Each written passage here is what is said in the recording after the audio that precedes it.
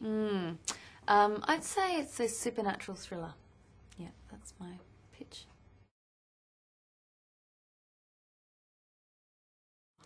They predict the past 50 years and disastrous events that have occurred, such as, 9/11 or 7/7, or and then there's three sequence of numbers remaining in this sheet of numbers that are, of course, predicting events at the moment.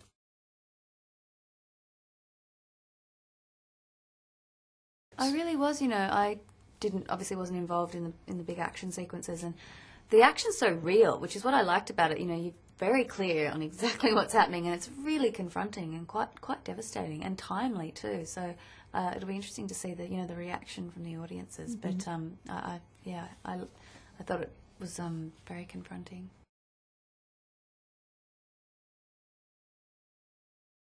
Diana is the daughter of the author of the numbers. Her deceased mother wrote all these numbers down, and she is a reluctant participant with Nicholas in trying to uncover the mystery of the numbers, and sort of takes him to her mother's mobile home and kind of gives him information. But she's extremely reticent and doesn't want to be involved, and he's kind of doing it just to prove that he's wrong. And then, of course, sort of gets over her head, and the story goes on.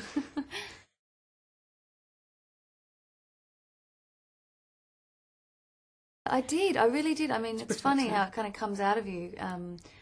She looks like me a lot as well, which is very bizarre. And we hung out a lot off set. We did some bonding days and hung out, and I met with a single parent in Melbourne to discuss what it was like. I don't have any children myself, so it was important to sort of understand that world. And I definitely had that kind of natural thing that comes out of you. It's funny. What sort of things did you guys do together then? Your sort of bonding days? She's a 10-year-old girl, so she just likes to kind of eat ice cream and go to the park and, watch some television shows and, just pretty chilled, yeah.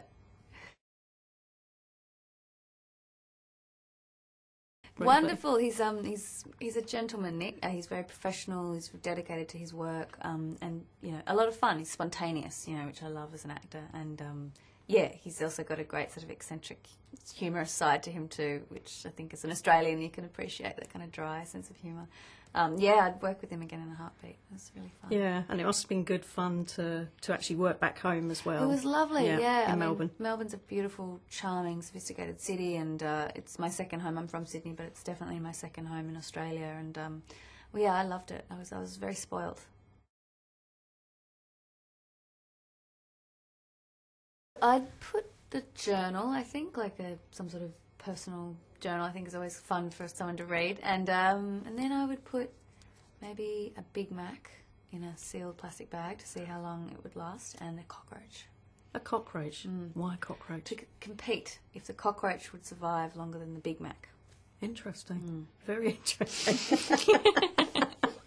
Not the answer I was expecting whatsoever, but there you go.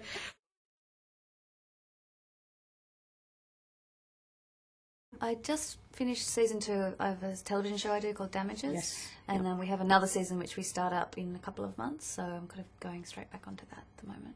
Fantastic. Yeah. And congratulations on the Golden Globe nomination as well. Thank you.